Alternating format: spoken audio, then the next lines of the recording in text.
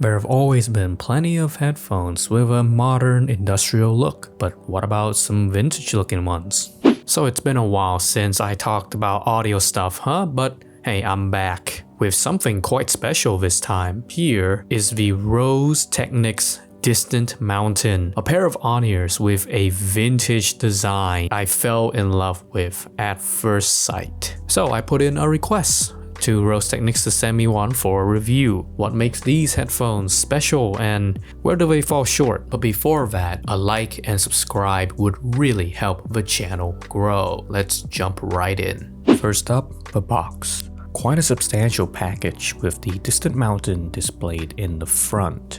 It opens with a magnetic flap showing you the headphones, which we'll get to that later. To the side are some extra donut style ear pads, whilst the Distant Mountain have a more standard pad on by default. There's a slide out component containing the cable. It's a fabric line cable using MMCX, which brings some issues that I'll detail in a bit. And here is a microphone sample from the included microphone cable of the Roseselsa Distant Mountain. But what's this here? A box named Giveaway? Well, it's not that kind of giveaway. What you get is actually an anime girl standee. This one with red hair and looking like she's a tsundere. So you get nice looking vintage styled headphones and an anime girl? Now that's some killer value. Going to the Distant Mountain, and boy oh boy, this thing looks attractive. Now I have here the black version, which I think plays incredibly well with the gold accents, the silver tones. If you want to up the vintage vibes even more, there's actually a brown color option also available. It's a really nice mix of sort of vintage design, using a mix of metals with some pleather for padding on that slim headband. The ear cups, they span a radius of roughly 45 millimeters, with the soft and sort of plush ear pads adding another centimeter. It uses a simple but effective sliding adjustment mechanism that stays put. As a statement piece or fashion accessory, the Distant Mountain is definitely gonna be a looker on its wearer, and you might just attract some compliments about it. The clamp force is quite strong for this headphone, especially if you have a wide head like I do, so out of the box you may feel some discomfort. But give it a few days and the headband will loosen up a bit and the clamp will feel nicely grippy without creating too much strain.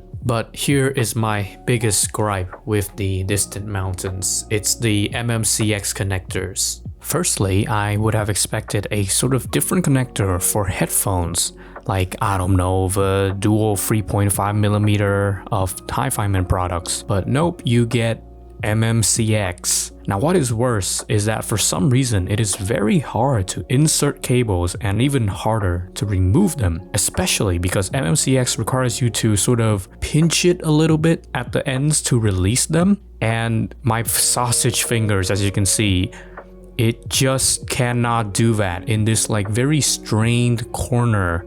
In fact, I tried to use this unique sort of 90-degree angle MMCX cable from the final F4100 on my first Distant Mountain unit, and as you can see, it connected fine and it looks quite nice, you know, but I literally cannot remove this even as I use this special MMCX assist tool from Final. It just cannot fit inside of that little gap. As you can see, this super small gap, it just doesn't work with this tool. So I basically broke the F4100 cable and I couldn't even use this Distant Mountain. So that's why I actually had to request this second Distant Mountain replacement unit. Just a quick PSA, I would recommend that you just use the straight angle cables or the stock cable. And although, you know, with MMCX they're supposed to be removable, I would not recommend that you remove these cables on a Distant Mountain.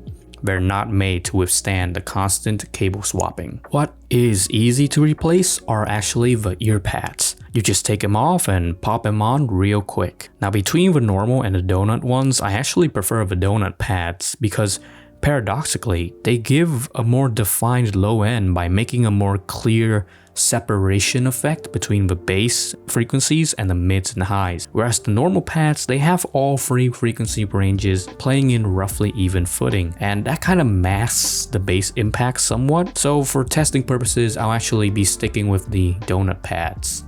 Like many on-ear sets, at about 80 decibels of listening volume, the Distant Mountain, it will leak quite a bit more sound than usual, so be mindful of your surroundings.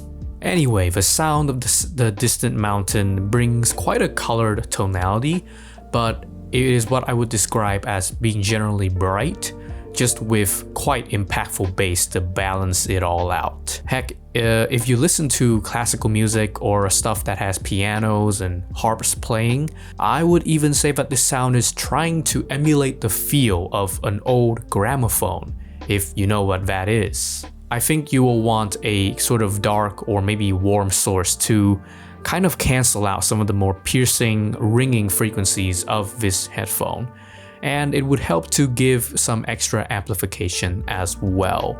Looking at this form factor, I did not expect the Distant Mountain to be able to pump out this much oomph for the bass. A combination of the stronger than usual clamp force along with the nice dynamic driver provides a thumpy sub-bass essence, and with a bit of a tasteful mid-bass boost thrown in there for good measure. There's some good texture and modulation to this low end as well.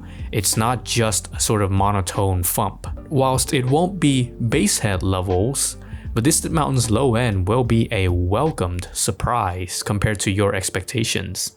Mid-range is also not quite what you would expect. If you're looking for that Koss style warmth portraying a sweet and enveloping feeling, then the Distant Mountain, it goes for a brighter tone. Now don't get me wrong, the lower mids are still exhibiting a healthy quantity, but it's the upper mids that have seen a strong boost, giving musical instruments a sharper feels to them, and it also helps with the separation of different detail elements. However, there is a weird spike somewhere, I think along the 2 to 4 kHz region, and it's creating a wonky resonance, resulting some ringing artifacts in songs where harps are present, and it can make some female vocals, they seem a bit shouty.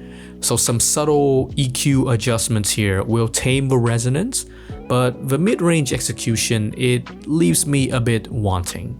Treble is also fairly well executed, creating a good sense of clarity and sharpening some of the hi-hats, only rarely dipping into that sibilant territory. There's also a good dose of air when it is called for in the more ethereal mixes, and you can even hear a bit of treble detail, something that a lot of on-ears designs, they tend to just skip over in the tuning implementation. Technical ability is also quite decent as well, so for the $65 you paid, the Distant Mountain will be returning that favor with good resolution and detail extraction. Separation of the macro details are quite impressive for an on-ear model. With micro detailing, it's more song dependent.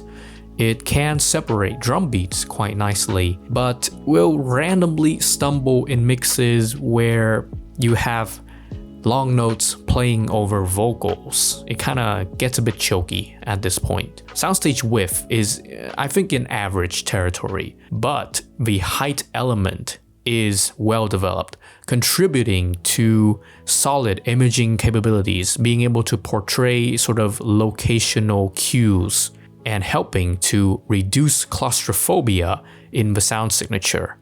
Now, if you want to see more comparisons with similar form factors and similar models, I will be comparing this headphone to the Koss KSC75 and a pair of Japan domestic only sales piano tuning monitoring headphones, right? Called the ATH EP700 by Audio-Technica.